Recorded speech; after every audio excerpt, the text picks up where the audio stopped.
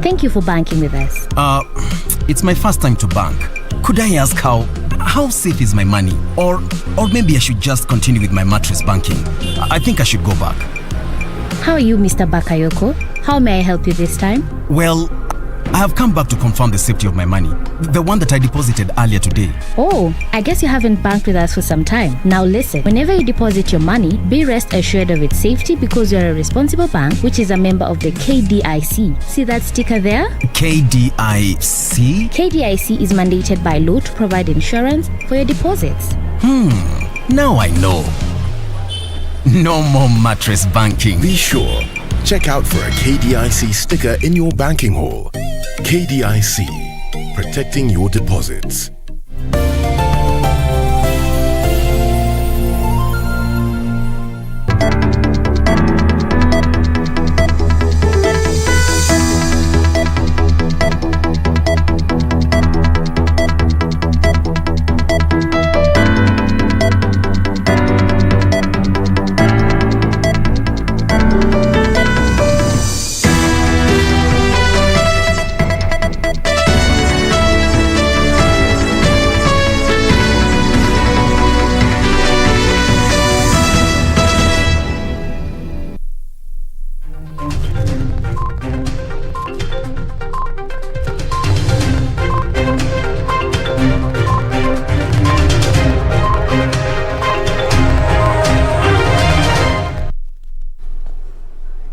Hello from wherever you're watching us in Kenya and around the world. Thank you so much for joining us. My name is Mboya. My name is Museo. Today is the 6th day of July 2021. Welcome to a very comprehensive coverage of all the day's events happening here in Kenya and around the world. And part of our news items tonight is business news. Good evening, I am Cynthia Nyamai. Now in business, I will tell you why December 2020 was the worst month for insurance companies. Coming up shortly. And we'll also be giving you a sporty update, and Richard Munga is on the other side of the studio. Well, evening guys. In the world of sports day, Tusker FC and defending champions Gor Mahia prepare for the upcoming CAF Champions League as well as the CAF Confederations Cup. I'm Richard Munga. I'll be giving you all the details as well as other sports later on. See you then. Thank you, Munga. Tonight, Health Cabinet Secretary Honorable Mutahi Kagwe will be speaking on the status of the pandemic 1.5 years on. It's already 1.5 years. 1.5 years on, and next year, March, we are already 2 years into the pandemic. Into the pandemic, oh my goodness. Absolutely. So what next? I'm sure you're going to talk about that as well. Absolutely. Wow, okay. Well, first things first, tonight's headlines. Supreme Court holds maiden sitting, clarifies landmark decision to abolish death sentence. Was an isolated case. President Uhuru Kenyatta to tour Ukambani, but on a scaled down itinerary owing to COVID-19 guidelines barring mass gatherings.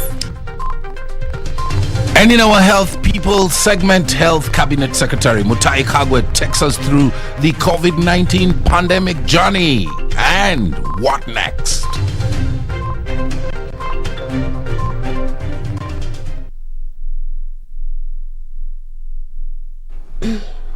Thank you very much for joining us. Absolutely. You can interact with us at KBC Channel 1 News. The hashtag to use tonight is Prime Edition, and Wangeshi is our sign language interpreter tonight. And the news begins now. The Supreme Court has clarified that its landmark decision to abolish mandatory death sentence in the MURUATETU case cannot be applied to any other cases except murder cases. Chief Justice Martha Koome, while issuing directions on the principles of the MURUATETU judgment, which has brought confusion in its application before High Court, Appellate Court and the Magistrates Courts, said the Supreme Court did not invalidate mandatory sentences or minimum sentences in the Penal Code, the Sexual Offences Act or any other statute. Ben Chumba opens our coverage tonight with that report. Immediately, the Supreme Court declared mandatory death sentence unconstitutional. During the 2017 landmark ruling in the MURUATETU case, thousands of convicts sentenced under the minimum mandatory sentences including robbery with violence and sexual offences, jammed the court seeking sentence rehearing.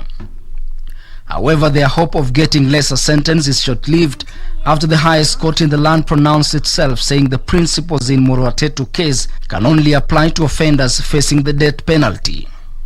For avoidance of doubt, this decision does not outrule the death penalty, which is still applicable as a discretionary maximum punishment.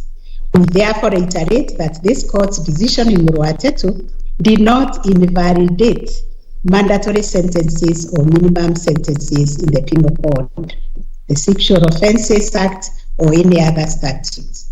Presiding over our inaugural sitting as President of the Supreme Court, Chief Justice Martha Koome said the directions by the Supreme Court judges will end confusion and provide guidelines on how to apply the principles of MURUATETU judgment.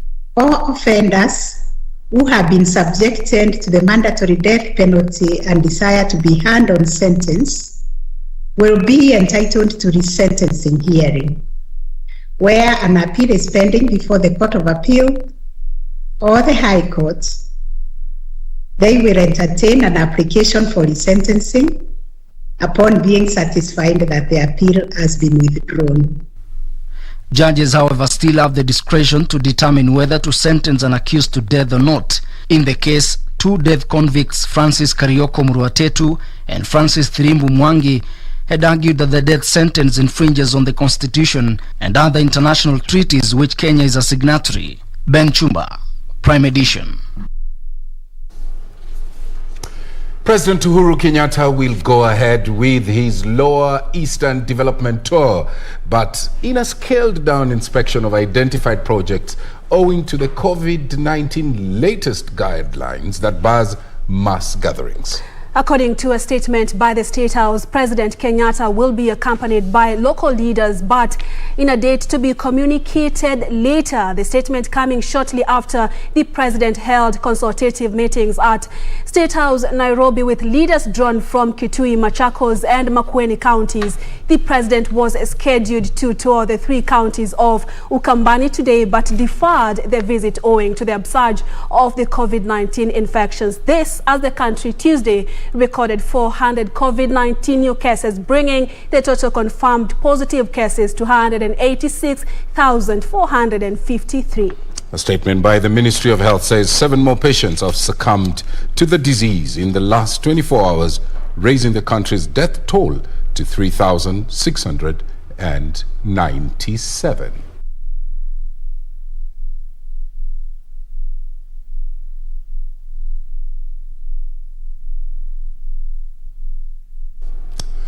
Let's now move on to politics. Kakamega Governor Wycliffe Oparanya now says that Jubilee Party and Orange Democratic Movement merger plan is at an advanced stage. Oparanya, who is also the ODM deputy party leader, called on the One Kenya Alliance leaders to join the new political vehicle for its relevance after the 2022 general election. The ODM deputy party leader Wycliffe Oparanya dismissed One Kenya Alliance as of no political consequences, adding that the next general election will be a two-horse race pitting Jubilee and ODM Alliance against UDA. He added that OKA Alliance has been colorless since its formation and will not make any political impact in the country. In any election all over the world, farasi ni ngapi? Nobody should teach him farasi ni tatu. It has never happened. So if there are those three formations, moja itakuwa punda. This as a section of Kamba leaders welcome the president's decision to postpone the Ukambani tour.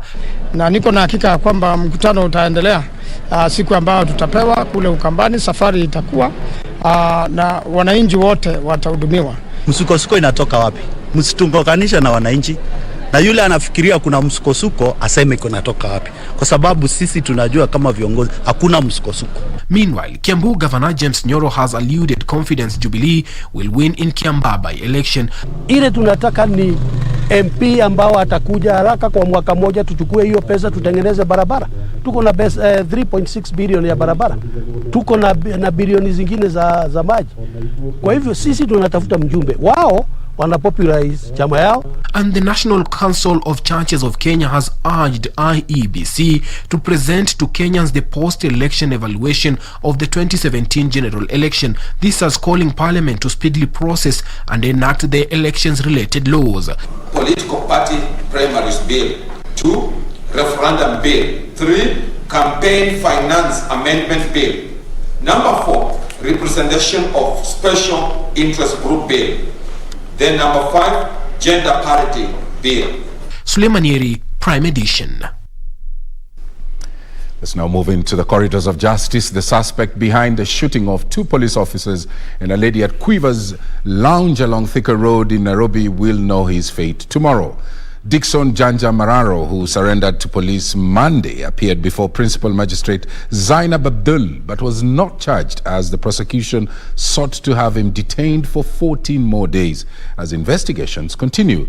Constable Festus Musioka, Police Constable Lawrence Muturi from Kasarani Police Station, and Felistus Nziza were shot Friday last week after an altercation and are still receiving treatment in hospital. Authorities are seeking more time to record statements, retrieve CCTV footages, then prepare a cyber forensic report that includes identification parade for the victims to identify the suspects.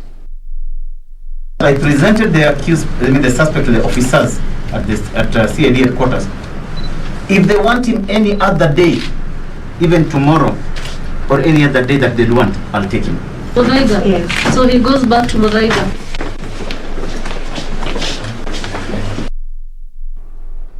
As police have arrested 2 sons in Raganga village in Kitutu Churches sub-county for allegedly killing their father and disposing his body off in a family borehole next to his house. Their arrest followed a post-mortem examination which revealed the deceased, Chrysantas Otori, was murdered. More of this in our county news roundup.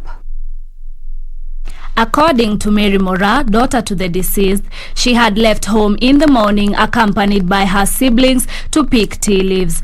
Mora says upon returning home they could not find their father, only to find his mutilated body dumped in a borehole next to his house. Tukaita mtu wa kisima kuingia ndani, tukakuta baba ako ndani. Meanwhile, Nakuru Governor Lee Kenyanjui has lamented over an increase in consumption of illicit drinks among the youths in the county. Hii shida ya wale ambao wanauza pombe, iwe pombe haramu, kuuza wakati ambao hautakikani, lazima ikome. In Laikipia County, residents from Salama Ward have decried rising cases of human-wildlife conflicts in the area. They claimed that the wild animals, particularly marauding elephants, leopards and hyenas, were invading their homes and farms with impunity. Kwa hivyo ikija iharibu mali yangu, mimi tu nitaumia. Watusaidie, wafugie hawa wanyama. Stakeholders around Lake Naivasha in the meanwhile have expressed their concerns over massive pollution of rivers in the catchment area from upcoming industries. With this equipment, we will be able to monitor and verify and be able to understand what kind of chemicals are these and what mitigation measures can we put in place to ensure that our rivers are not polluted. Finally, the Kenya Forest Service and Nairobi Arboretum Community Forest Association have collaborated with the Radisson Blue and Residence Arboretum to build an ablution block and a paved walking track which will improve the accessibility in the park. According to Chief Conservator of Forest Julius Kamau, the move was achieved through working closely with the community surrounding the Arboretum. This is a very kind of a very successful model where we believe as Kenya Forest Service we cannot guarantee conservation protection of our forest resources without working together with the communities around them. Janet Kamau, Prime Edition. Well, we're taking a short break, but remember on your health tonight, Cabinet Secretary? Absolutely. I had a sit down with him and he expressed confidence that the government was in control of the pandemic situation and telling Kenyans that not to be anxious because when they need the vaccine, they will get it. They will get it? Yes. Wow, that's good. That's good news. Absolutely. Okay, so that coming up after the short break, so don't go away.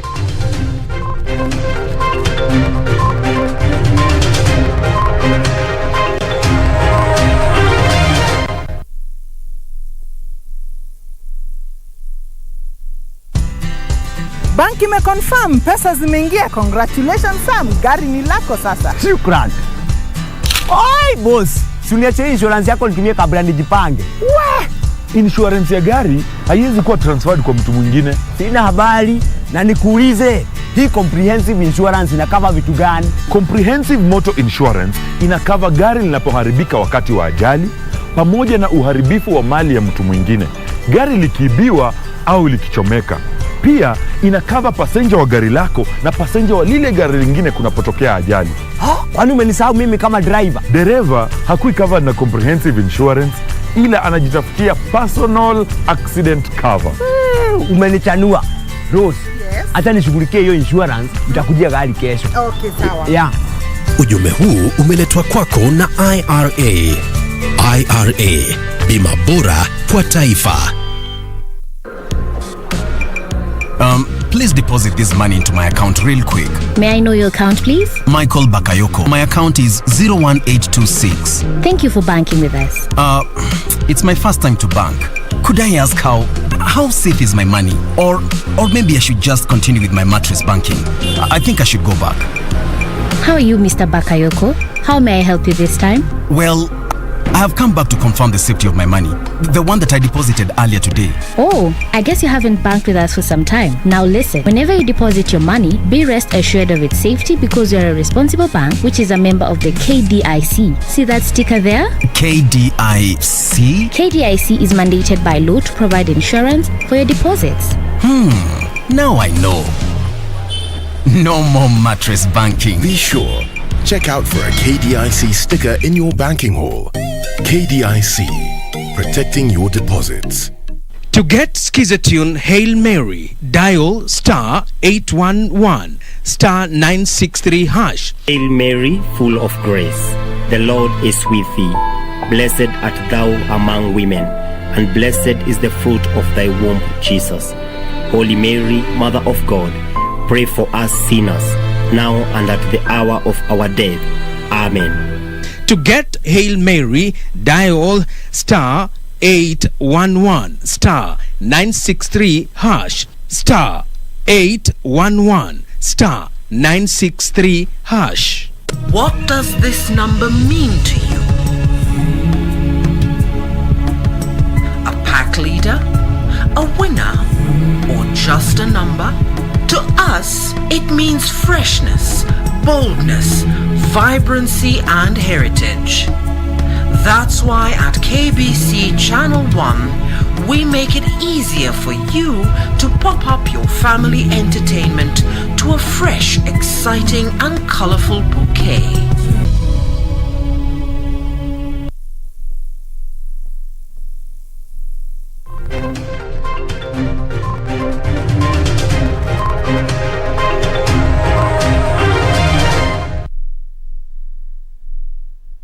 And thank you so much for joining us on Your Health. Joining us on this conversation is Health Cabinet Secretary Honorable Mutahi Kagwe, and we're just having a look at the status of the healthcare sector, but most importantly, the disruptions that had been occasioned by the COVID-19 pandemic, now on our second year into the pandemic. So what are some of the lessons that we have learned from this? A lot of questions coming in, especially on the vaccination exercise. The CS is here to answer all that, and thank you so much, sir, for honestly agreeing to be part of this conversation. I'm greatly honored. The pleasure is all mine. Yes, and you know, it's the first one that I'm having with you on this setup, especially after you got into this office sometimes in February 2020. So it's a great honor. Thank you very much. Yes. And I also want to congratulate you for coming out of COVID-19 because you're looking healthy. You're looking. I envy the fact that you have developed all this herd immunity and you are strong. It's more of a mental issue. It's a mental issue? And the fact that you're able to fight the stigma, because it's a matter of isolation. So as a patient, I felt like taking care of the patient has everything to do with the recovery process and the mentality of this person. Yes. So if I keep on feeling that I'm going to die, I'm really going to die, because when you begin thinking about the chest pains, they literally come. So one of the lessons that we should document and encourage is the fact that even those people who have had positive, even those people who turned positive, it is not the end of the world. You need to be mentally very strong. You need obviously to take care of your body. You need to take care of your diet, and just to take a lot of rest and essentially have a positive, a positive attitude. That's lesson number one. A positive attitude. Positivity, yes. Lesson number one. And rest. Thank you so much. So let's begin from February 2020. You getting into the office, but there are already countries like Egypt that had reported, African countries that had reported COVID-19 cases. So at this time, had it crossed your mind that we may find ourselves to where we were seeing countries like China, or what was going through your mind at that time? Thank you very much, Purity. I think that to be clear, I think the answer is no. In January, when I was appointed to the position, I did not foresee that there would be this pandemic. Obviously, I knew about the Wuhan province in China, but as you know, there are many pandemics that come out, many viruses that spread regionally. For example, if you look at the Ebola virus, it is spread somewhere in West Africa and kind of went away. If you look at SARS, there's a time, I think, in Asia, some countries in Asia. There has been all these things that spread in localized situations. So for me, at that time, I honestly thought that it was going to be a localized situation, and that eventually, the Wuhan virus will be suppressed, and we would be okay. And as the health boss, I would imagine, and I would want to know, when you received that call that the country has reported the first case of COVID-19, and we, like you said, we are not prepared for this.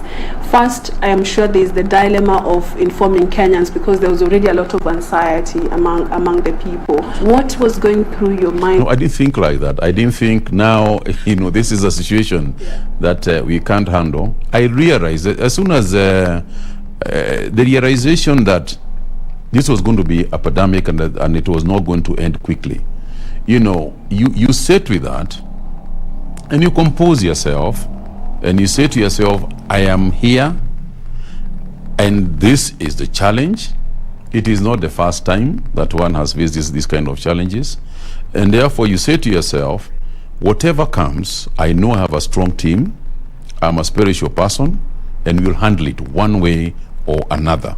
What we cannot do is we cannot give up, and we cannot let Kenyans down.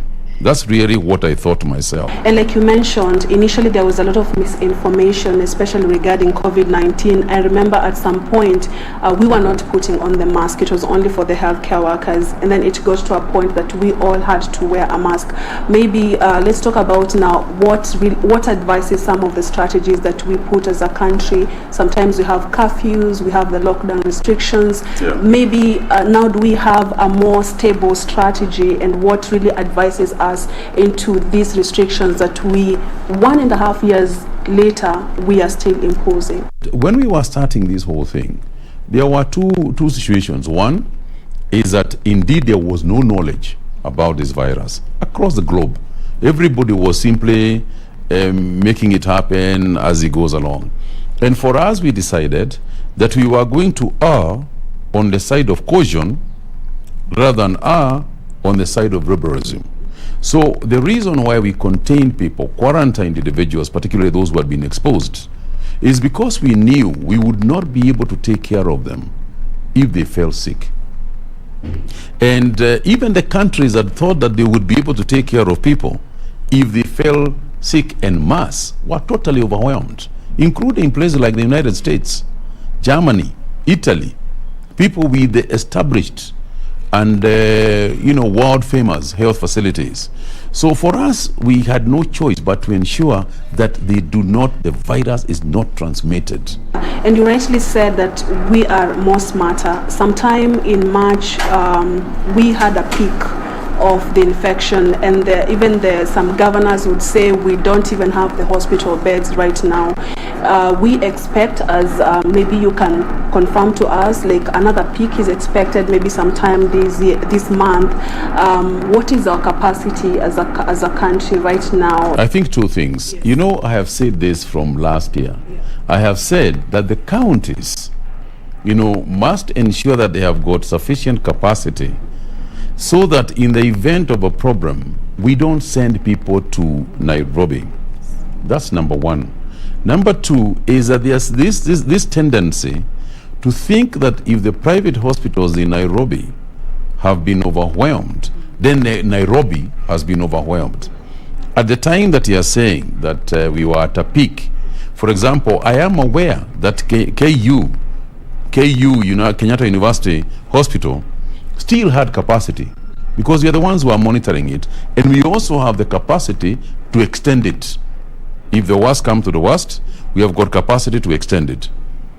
But what happens is that people go to private hospitals and therefore say, now we are overwhelmed. Meanwhile, had you spoken to places like Embu Hospital, which has got a fairly good structure as well, they were not overwhelmed. The coast was not overwhelmed. So at no time did we have the entire country having so many patients that people would not be able to go to a hospital. And speaking of the capacity, and thank you for the reassurance, especially to Kenyans. So what is the current status, the COVID-19 status in the country when you compare the 2021 and 2020? Maybe where would you say we are in terms of the status? There's also the situation in Kisumu. Currently, would we say that we are at least in control? For now, we have contained it. We continue to ask our people, and especially the county governments, to please quickly add in as much oxygen, you know, as we can into the counties. And that's why you see me going around the country, you know, and we know we are doing that. We have got many times more capacity than we ever had in Kenya. I mean, when you think about even just one hospital, MTRH in Eldoret, you know, they can produce 2,000 liters of oxygen now per minute. Now, this is a capacity that we were not even thinking about, you know, when we started off.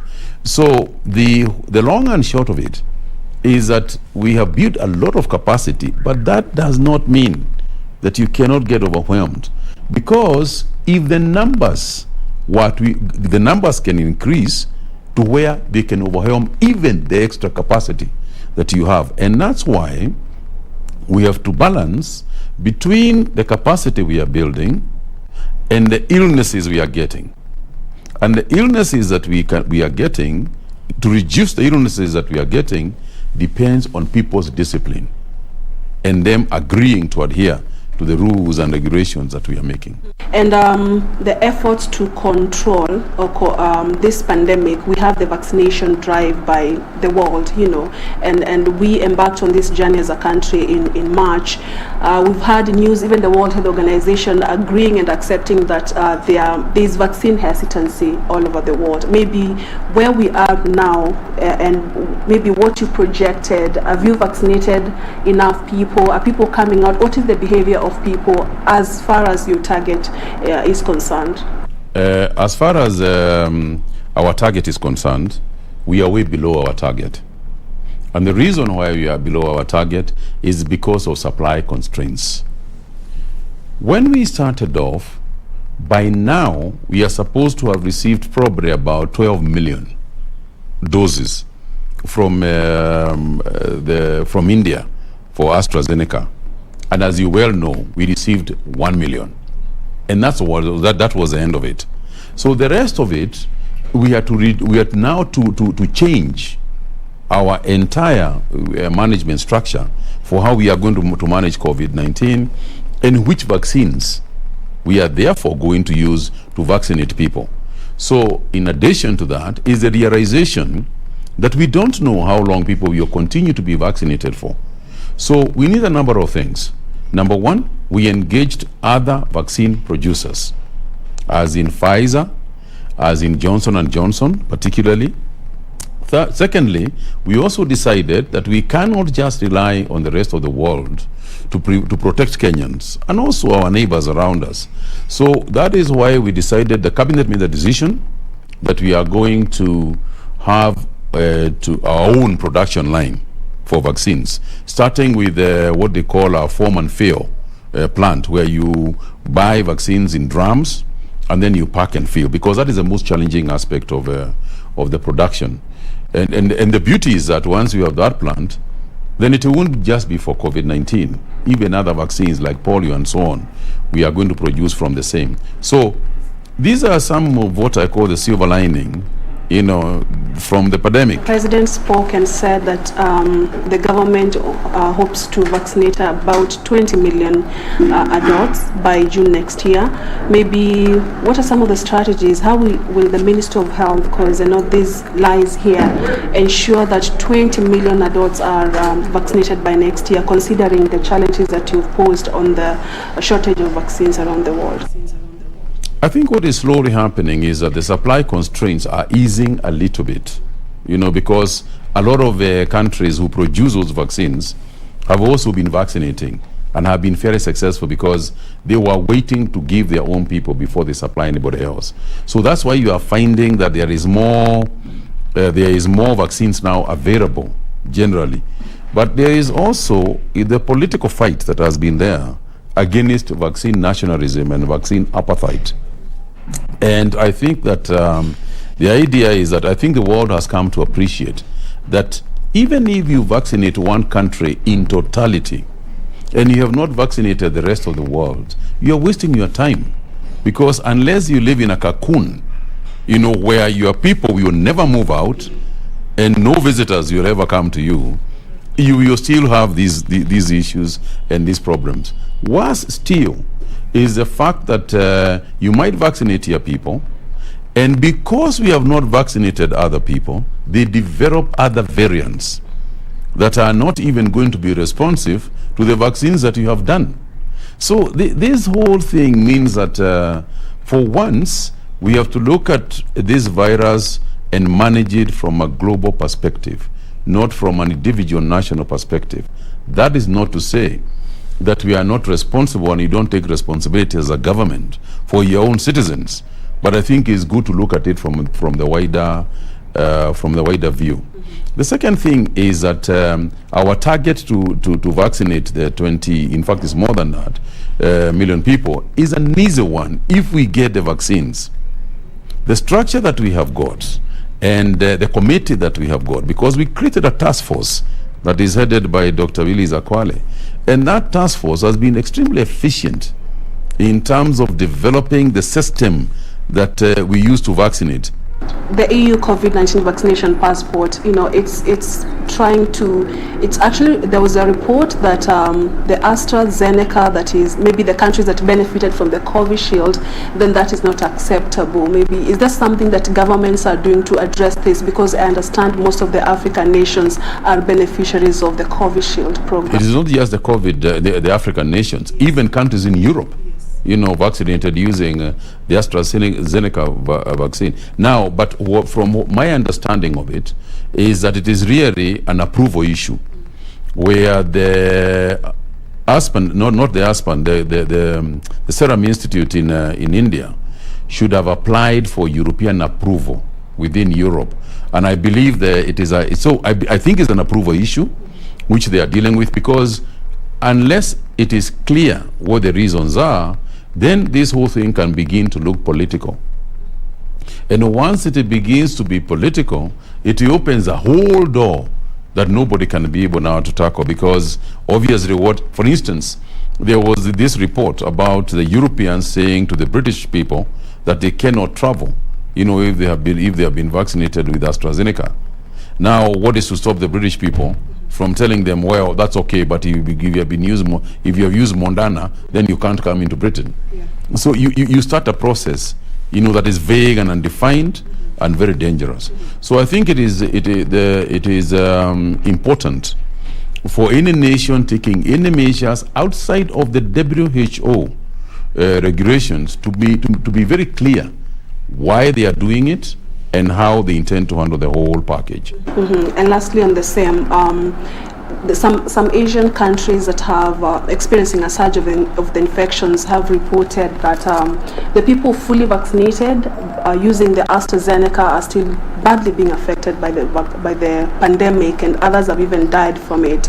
And they are now, proposals that a third dose of the AstraZeneca vaccine could help. Well, it hasn't. I don't think the World Health Organization has literally issued, an approval per se, but global practice, there are a lot of people now across the world who are doing exactly what I had said then, even though everybody thought that it wasn't going to happen.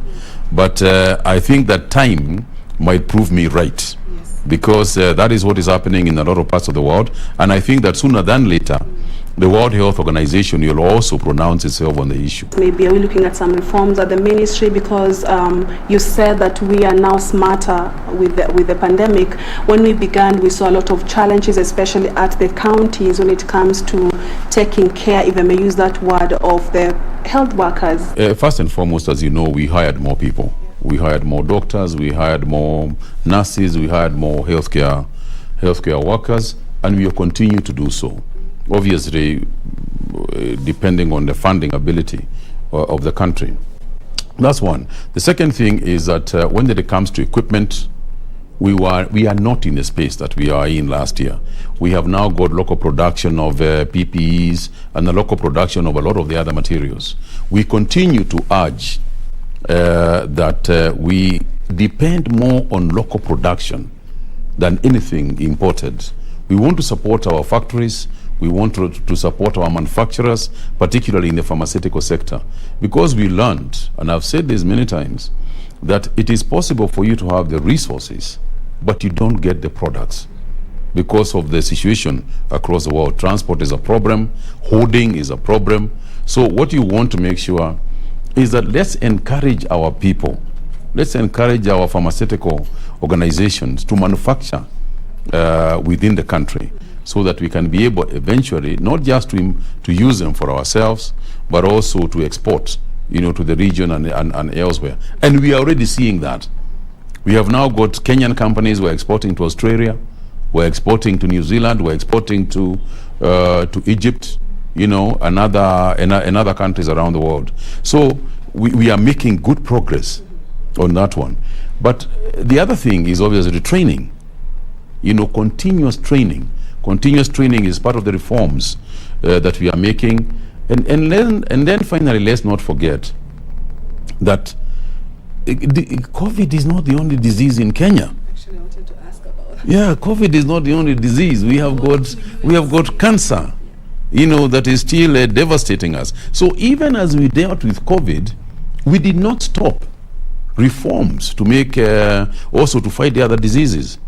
We have made fantastic progress in the reforms on cancer, and I think that over the next 1 year or so, before the end of this year, Kenyans will be very happy because they will actually get treatment in Kenya that was not available to them at all.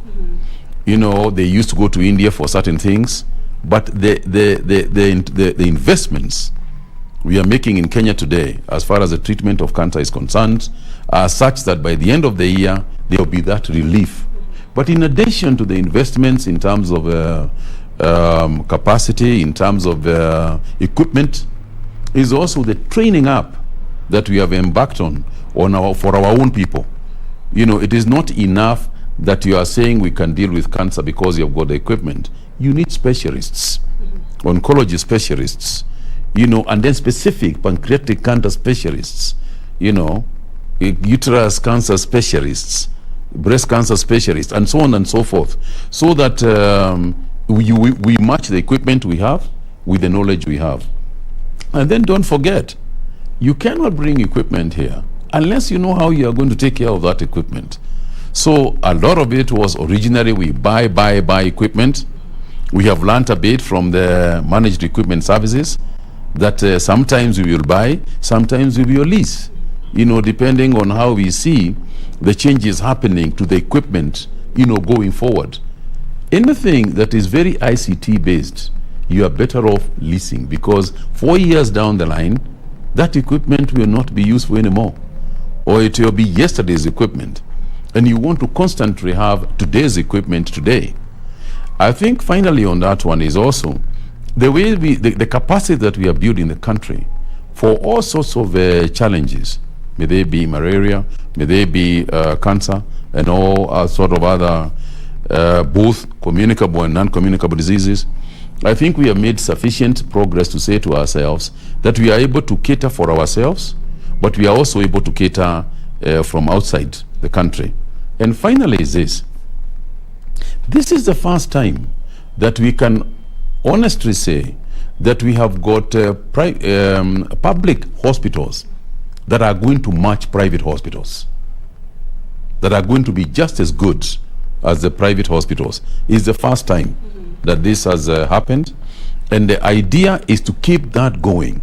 If you go to some of those hospitals, even upcountry hospitals, you will find now private sector people sending people to public hospitals because that is where the better equipment is, and that is where the case management, is probably slightly better, than in a private hospital. So for me, as Minister for Health, I'm very proud of that. I'm very proud of the fact that Kenya can get, to that position. And that creates a challenge. It makes the private sectors better, the private sector hospitals better, because they're saying, whoa, now we can see, the KUs and Kenyatta's improving to this extent. We need to up our game, which means that the public sector hospitals also grow. Then there is a competition between the counties. Every county wants to be known as a county with proper medical care, because it is also a political issue. A governor who doesn't have sufficient hospitals, or people are dying because they can't get oxygen, has got a political challenge. So everything is working in tandem, and hopefully for the better of our nation. And hopefully for the better. And actually, from what you're saying, it's like the pandemic is it fast-timed our journey to attaining the universal health coverage by 2022? I think it has really fast-tracked it. Yes. The issues that we were going to face particularly in primary health care, have been fast-tracked in a sense. We still have challenges, because what happened is that we also took money that we were going to put in a level 2, level 3 hospitals at the county level. We also diverted that money a little bit towards covering COVID-19. But the experience that we have had, the training that we have had of the community health workers, even volunteers, community volunteers, have upped their game. So, and because going forward, we want to adopt the philosophy of family health.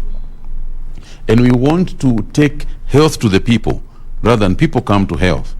My ambition is to see a lot more doctors go down and visit families, so that you take a walk or you drive and you see this family, there's a pregnant mother, and you want to know how she's doing. You go to the next place, and from the level 2 hospitals, that should be the base that people spring from in order to go to the communities, so that we don't just wait until a person is sick in order to treat them.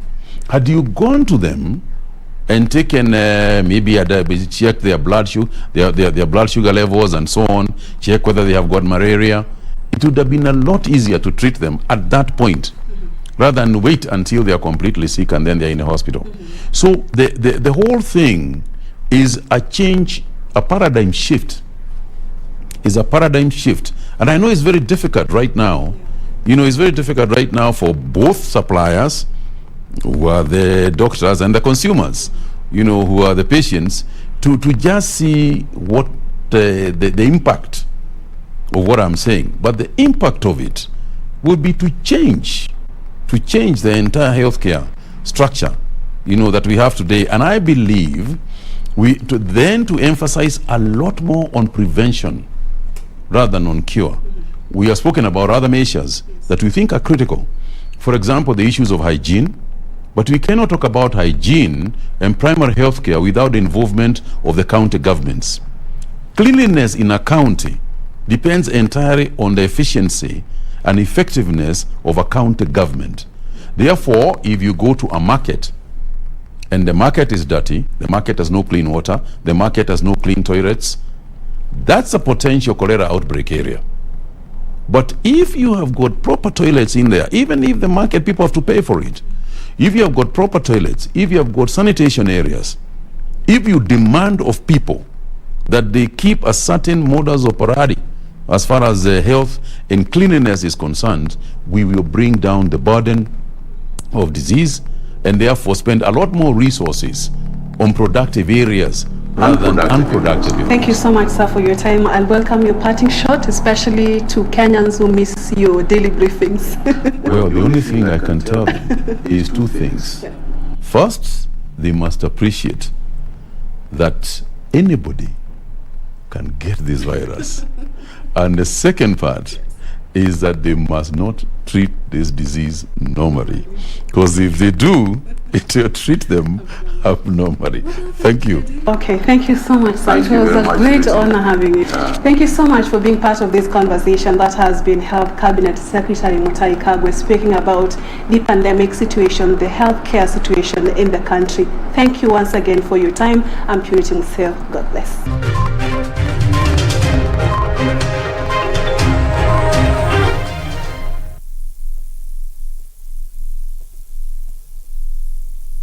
The future of money is simple, like unlocking possibilities with a smile.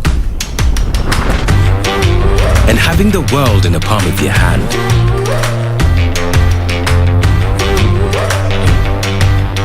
It's the ability to touch many lives at the same time and turn your dreams into reality. It's forgetting and still remembering. Simple is having everything that you love in one place. From the ticket to your next meal, to your ticket to the next holiday. It's an easy way to ask for a boost when you're low. And keeping track of everything on the go. The future of money is simple, and it's here. Download the new M-Pesa app today.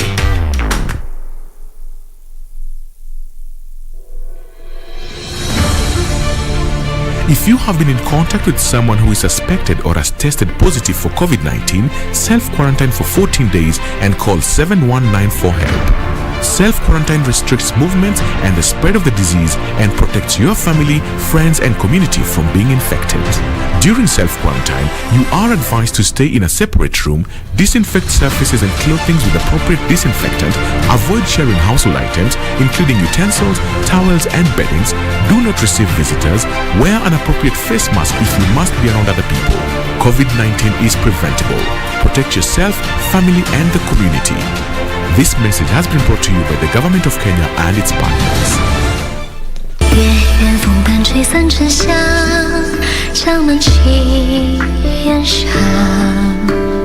Majesty, I have been wronged. You have? Do you think I will believe you or believe my own brother? If you confess right now, I'll only punish you alone. But when I find evidence later, your family will be killed. It seems to me that he just said, Uncle. Uncle, you are right. That's our best opportunity to kill him. Quickly bow.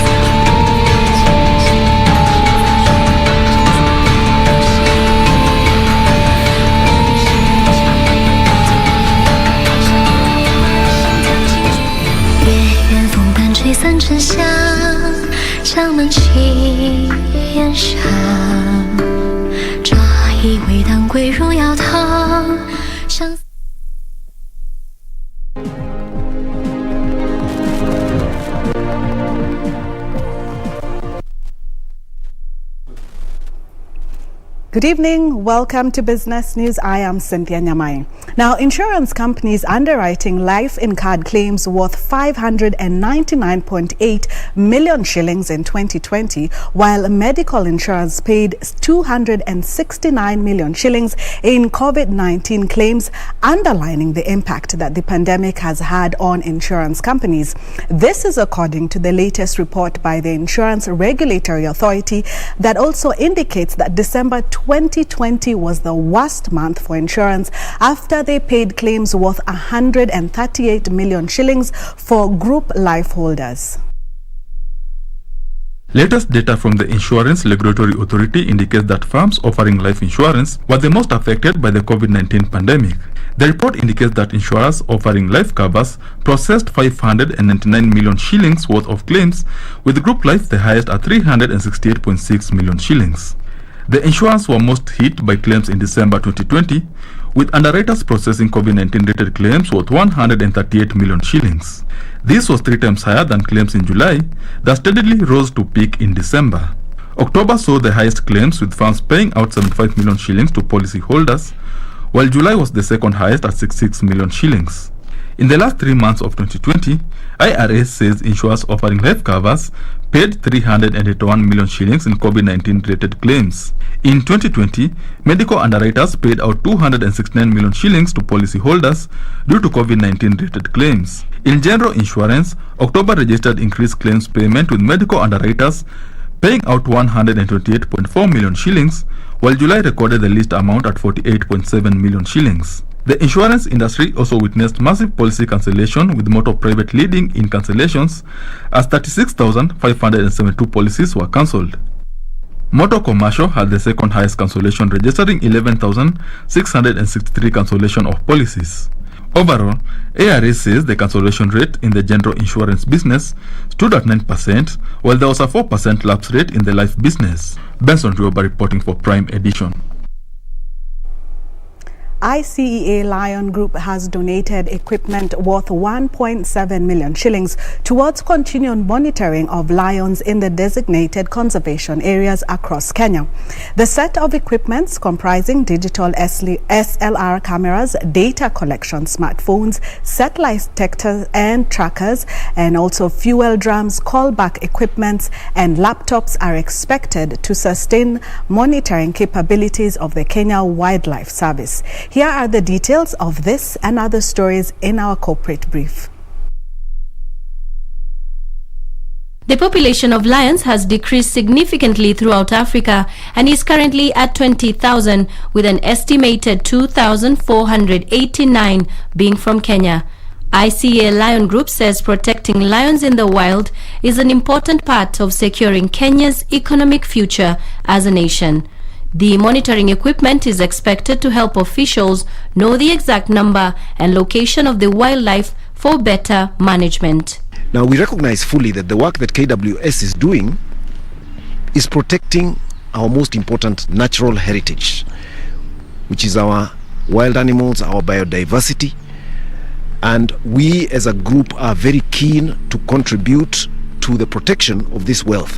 How can we update the round numbers? Because we have been quoting a figure of 1,970 over the years. So ICA approached us after one of the conferences, Drone Kada, and one of the areas that we identified together was having a national census to be able to update the numbers. Meanwhile, DSTV Business has revamped its packages to cater for different business entertainment needs of its commercial segment customers. MultiChoice Kenya Managing Director Nancy Matimu says the newly revamped DSTV Business packages are designed to connect commercial customers within different industry sectors like hotels, pubs and clubs, offices, guest houses and serviced apartments to customer growth, better cash flows and profits. We have also started the journey of upgrading our branches to deliver a more improved and modern customer experience that's going to offer 360-degree customer service and sales, which you may have already experienced in the recently upgraded Ongata Rongai and Nyeri branches that we launched in May 2021. And if you walk into these branches, you will see that we are able not only to serve the residential customer, but effectively now be able to serve the DSTV business commercial customer in a very effective way with screens that are able to do proper troubleshooting and give you 100% end-to-end resolution on the spot. Finally, Kenyans will soon be able to buy vegetables and fruit bearing a quality mark from the supermarkets and other retail stores following the unveiling of the KS 1758 Code of Practice Quality Mark. Retail Traders Association of Kenya CEO Mboya says despite huge revenues generated by the horticulture value chain, there were still challenges in ensuring quality of food traded in markets is of the highest standards. In line with this, we have had conversations with other stakeholders, specifically those both in industry and in government in matters food, fresh fruit and vegetable to be precise. And the reason we want to have this discussion is because we have a standard that was developed by KBC about 5 years ago, and we're looking to start implementing it. The national and county governments should draft policies that will enhance food crops traceability to boost food safety.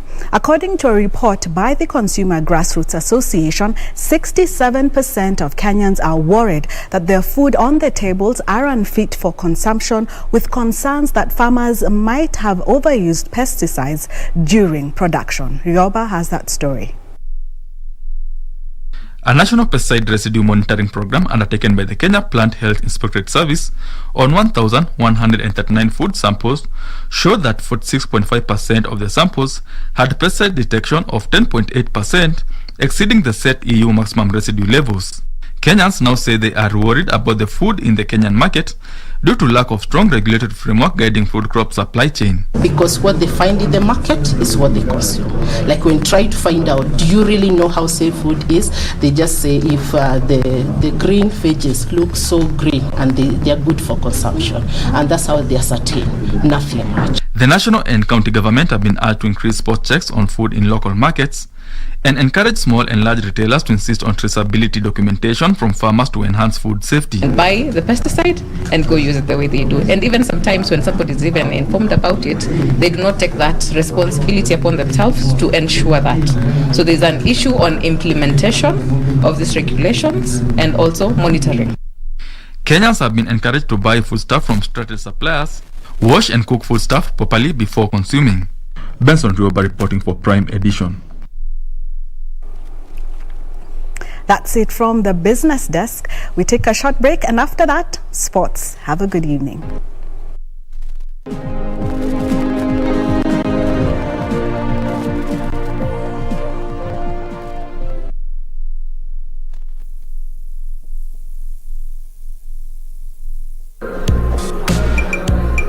Please deposit this money into my account real quick. May I know your account, please? Michael Bakayoko. My account is 01826. Thank you for banking with us. It's my first time to bank. Could I ask how safe is my money? Or maybe I should just continue with my mattress banking. I think I should go back. How are you, Mr. Bakayoko? How may I help you this time? Well, I have come back to confirm the safety of my money, the one that I deposited earlier today. Oh, I guess you haven't banked with us for some time. Now listen, whenever you deposit your money, be rest assured of its safety because you're a responsible bank which is a member of the KDIC. See that sticker there? KDIC? KDIC is mandated by law to provide insurance for your deposits. Now I know. No more mattress banking. Be sure. Check out for a KDIC sticker in your banking hall. KDIC, protecting your deposits. Siku moja mosquito ilipata ujauzito ikazaa mtoto. Sasa hiyo mama ya mosquito ikatuma mtoto mosquito iende ikapige doria iwache kukaa kwa nyumba. Sasa hii mtoto mosquito ikaenda ikarudi. Hii mtoto mosquito ikaambia mama yake, mama, mimi nimeenda kila mahali watu wanapigia mimi makofi, watu wamefurahiana na mimi sana. Mama, hii mosquito ikaambia mtoto yake, hao wapigi wewe makofi eti wanafurahia wewe. Hiyo walikuwa wanataka kuua wewe. Ili kupata skiza tune hiyo ya mosquito, bonyeza *811 *967#. Bonyeza *811 *967#.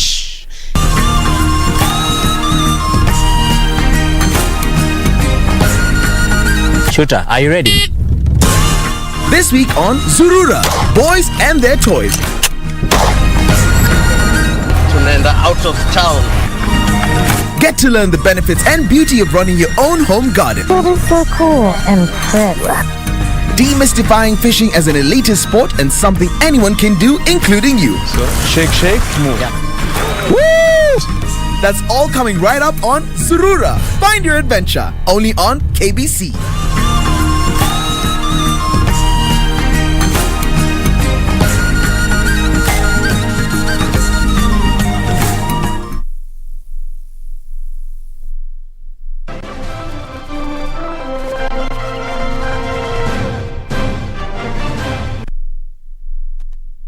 Well, good evening once again. I'm Richard Munga with the day's sports. Now, the national women's volleyball team, Malkia Strikers, will be the first team to leave for Japan. Malkia Strikers leave on Thursday for Kurume City for a training camp before entering the Tokyo Olympic Village on the 19th of July. The Tokyo 2020 Olympic Games will be held from the 23rd of this month until the 8th of August in Japan. Malkia Strikers head coach Paul Bitok has settled on 12 players who will take part in the women's volleyball competition for the first time in 17 years. The squad is led by Captain Mercy Moim and has Noela Murambi, Pamela Jepkirui, Leonida Kasaya, Edith Wisa, Lauren Chebet, Gladys Ekaru, Sharon Chepchumba, Immaculate Chemutai, Jane Washo, Joel Lusanaka and Agrippina Kundu. The composition of the squad is based on the need to have continuity in the national team setup. I'm happy with the squad that we have now because it is balanced. I have experienced players and I have the young ones.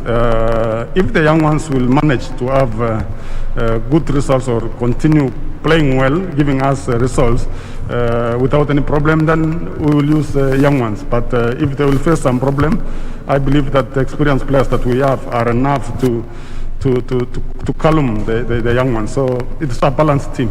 And then about the Brazil trip, I think vitu zingine ni got na plan. Kwa sababu huko kulikuwa na nini story ya COVID ilikuwa percentage ilikuwa juu sana, so hatunge travel kwa sababu hatukuwa tunataka twende huko alafu tena tuko na shida ya COVID na huku nyumbani tumejinyima kwenda home, tumekuwa come through kuzuia story ya COVID. The Kenya Volleyball Federation and NOC engaged Brazilian coaches led by Roberto Opich Neto to bring the team up to speed with modern trends in the game. If we couldn't bring the team to Brazil, we were able to replan and bring the coaches to Nairobi and continue the hard work here. Mr. Kioni, Paul and the whole staff did their best to provide us everything we need to continue this project. The Malkia Strikers will leave for Japan in two groups. The first leaves on Thursday and the second on Friday to reduce the risk of exposure to coronavirus infections. For Prime Edition Sport, I am Daniel Wahome. Oh, just fair to say that from KBC Sports, we do wish all the teams traveling to Tokyo for the Olympics all the best as they finish up on their training, as well as when they travel to Tokyo for the competition. You know, elsewhere, Tusker FC head coach Robert Matano says the club is still determined to win the Football Kenya Federation Premier League title, despite grabbing the ticket to represent Kenya in next season's CAF Champions League. Tusker FC notched the continental ticket for the first time in 6 years after being ranked first by June 30th with 44 points, a point ahead of closest challengers KCB FC. Matano, who took over as head coach at the club 2 years ago, says restructuring of the side and patience has enabled them achieve their target, saying winning the ultimate trophy will affirm their championship status. Tusker FC set to face defending champions Gor Mahia this Thursday before taking on KCB. Keeping the players' fitness level intact, because those are great games. We know they are tough matches, but we are going to control the situation properly, because we have people who can also dictate terms. It's a very big achievement. Everyone is yearning to play CAF Champions League. You never know. People, players are looking for greener pastures. You can get a better green pasture than maybe Tusker FC. I think everyone is yearning to play CAF Champions League. So working hard is our first target. Well, that's all the time we had for sports, but important to remember as the Euro 2020 continues, the semi-finals got underway today. Spain will be taking on Italy at 10 p.m. in the first semi-final match, and Denmark will take on England tomorrow with the final set for July 11th. Oh, that's it for sports. Do enjoy the rest of your viewing. Have a good night. Purity and Tom, back to you. Yeah, it was Spain indeed, yeah. I like the interview. And for anybody battling the COVID-19, the posture of the mind is very critical. That's what I got. And it's also good to know that, you know, people are now getting vaccinated, isn't it? Right. Yeah, we gotta go. Thank you. Thank you. Thank you so much for watching Prime Edition this Tuesday night. My name is Purity Museo, and Wangeshi has been our sign language interpreter tonight. Yes, thank you so much for watching. And as usual, from the capital city of Nairobi, Kenya, my name is Mboya. Good night and stay safe. Bye-bye.